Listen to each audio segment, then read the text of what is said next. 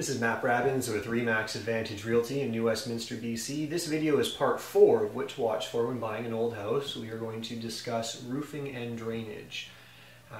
Again, the purpose of this video is to help you as a buyer when you're searching on MLS, you're out there looking with a real estate agent like myself at homes.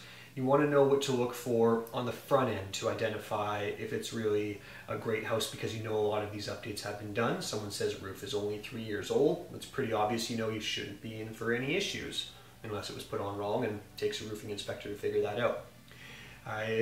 Otherwise, you can ask some questions, try to figure out how old that roof is and how much life is left in the roof. Most common roofing material we'll see is the asphalt shingle roof, and it's usually good for about 20 to 25 years. They will be rated for longer than that. That's kind of the typical life cycle you expect to see, though, 20 to 25 years. So if it's a 10-year-old roof, you have to feel pretty comfortable you're going to get at least another 10 years out of it. Cedar roofs, clay tile roofs, and those new composite materials, they're usually good for about 40 to 50 years. Metal roofs as well. Some of those materials can last well beyond that. It's the connection to the structure itself. You know, with metal roofs, you have to screw through the metal panels to attach it to the roof, and that's where the water starts to get in.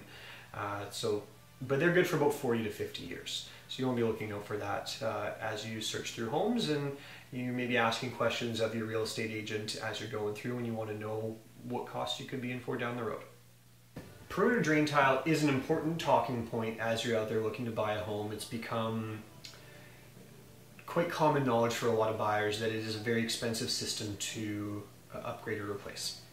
So around the perimeter of your foundation, at the very base of it, sits the drain tile. It collects the groundwater that seeps through. You know, we get a lot of rain in the region, and it also can be connected to the gutter system, taking all the rainwater collected from the roof.